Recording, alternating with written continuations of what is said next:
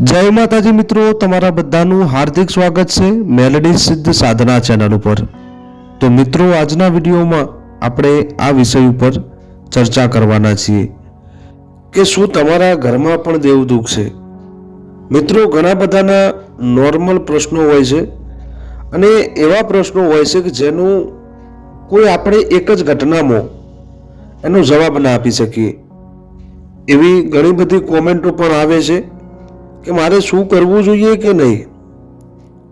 એવા ઘણા બધા મિત્રોની કોમેન્ટ જોઈને આજે આપણે આ વિડીયો બનાવ્યો છે।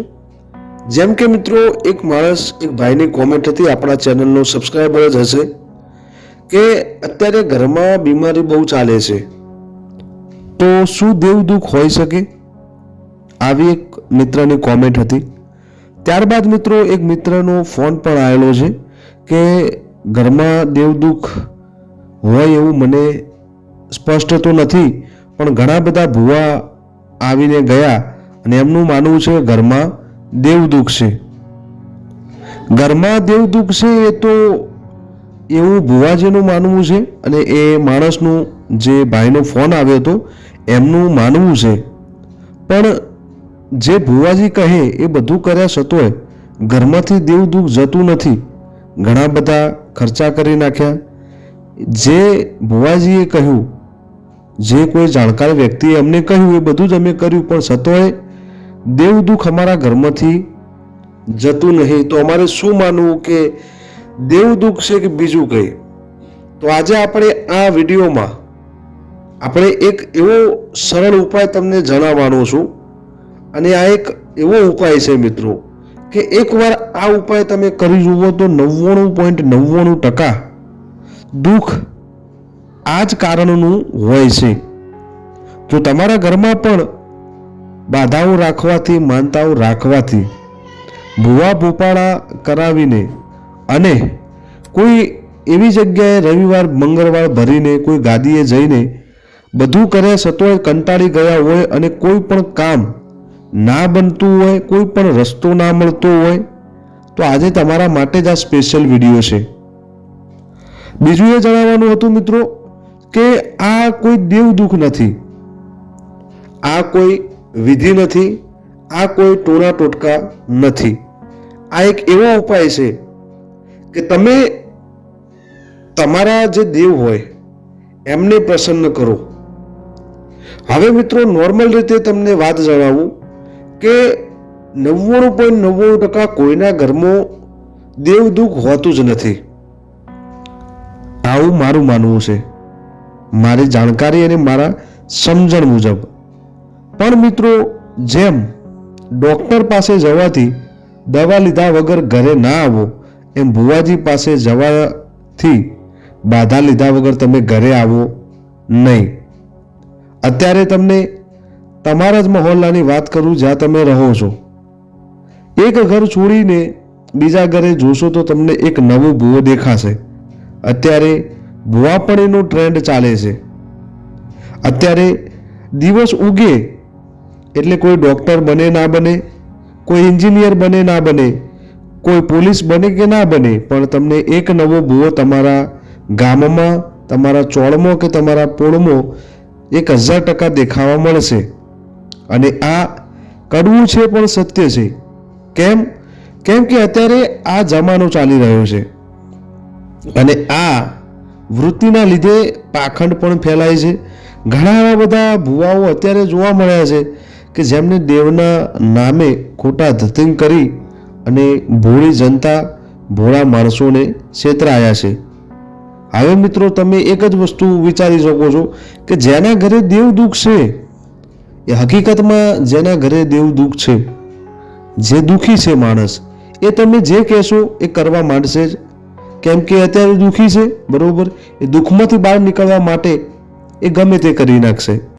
જેમ કે તમે સમજો, એમના ઘરમાંથી કોઈ એવો પ્રિય વડીલ અત્યારે દુઃખમાં હોય, તબિયત ખરાબ હોય, કોઈ રોગચાળો ફાટ્યો હોય, કોઈ પણ તકલીફ ભોગવતો હોય, જ્યારે કોઈની સલાહ સૂચન લેશે એટલે એ કોઈ મઠ, મંદિર કે મથક બતાવે।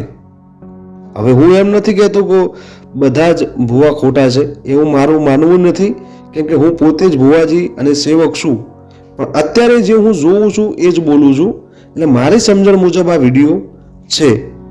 પણ મિત્રો, મારું એવું માનવું છે કે આપણા ઘરમાં જે દેવ દુઃખ હોય તો એનું નિરાકરણ ઘરે બેઠા આવે છે. એવા ઘણા બધા ઉપાયો આપણા જોડે છે. તો એમાંથી જ આ એક ઉપાય છે જે હું તમને જણાવવા જઈ રહ્યો છું. જો તમને એવું લાગે છે કે અમારી પ્રગતિ અટકે છે, તમને એવું લાગે છે કે અમારા ઘરમાં સદસ્યોમાં કાળ ક્રોધ રહે છે, ઝઘડા થાય છે, પ્રેમ ભાવનો અભાવ છે, બરોબર, પછી નોકરી ધંધામાં મેળ પડતો નથી, નોકરીથી ઉતરી ગયા છો, હાવ થાકી ગયા છો, હાવ કંટાળી ગયા છો. અમુકને માણસને એવું થાય છે કે અમે માતાજીની ભક્તિ પણ કરીએ છીએ, સેવાય કરીએ છીએ, સતોય આવા દુઃખ, તો કોઈ દેવ દુઃખ હશે, કાં તો માતાજી રૂષ્ટ હશે.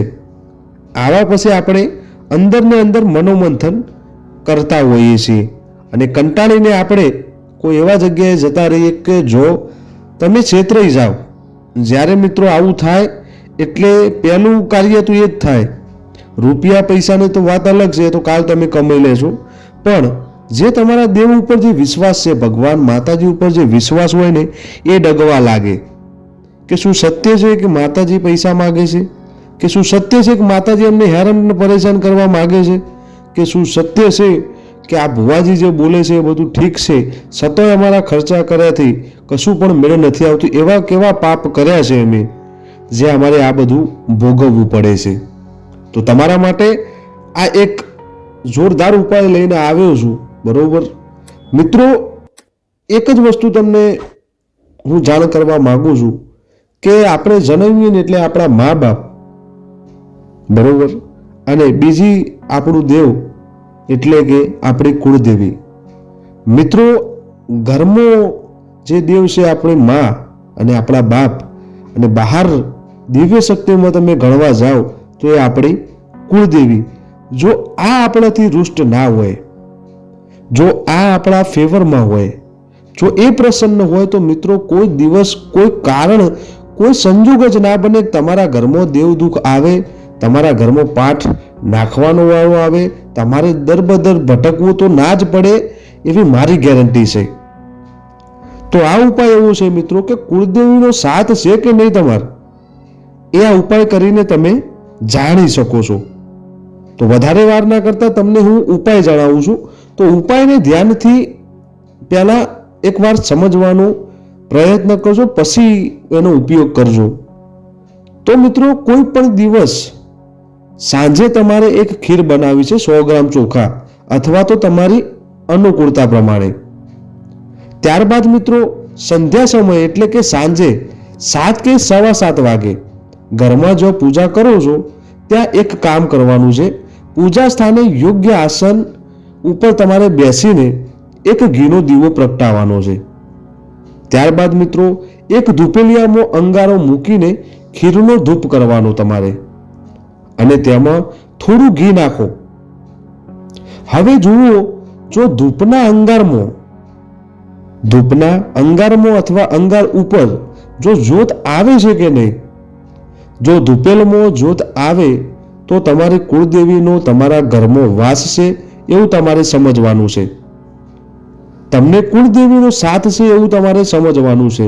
જો જ્યોતમાં જ્યોત નથી આવતી, પૂજાપાઠ વ્રત વગેરેનો કોઈ ફાયદો જ નથી. પછી કુળદેવીનો સાથ ન હોય તો ઘરમાં ગરીબી, ગૃહ કલેશ, ઘરમાં લોકોમાં અણબનાવ, વ્યવહારમાં ગાંઠો અને તમારો જે વ્યવસાય છે એમાં ગાંઠો, ઘરની બધી જ સમસ્યાઓનું આજ 99% કારણ છે.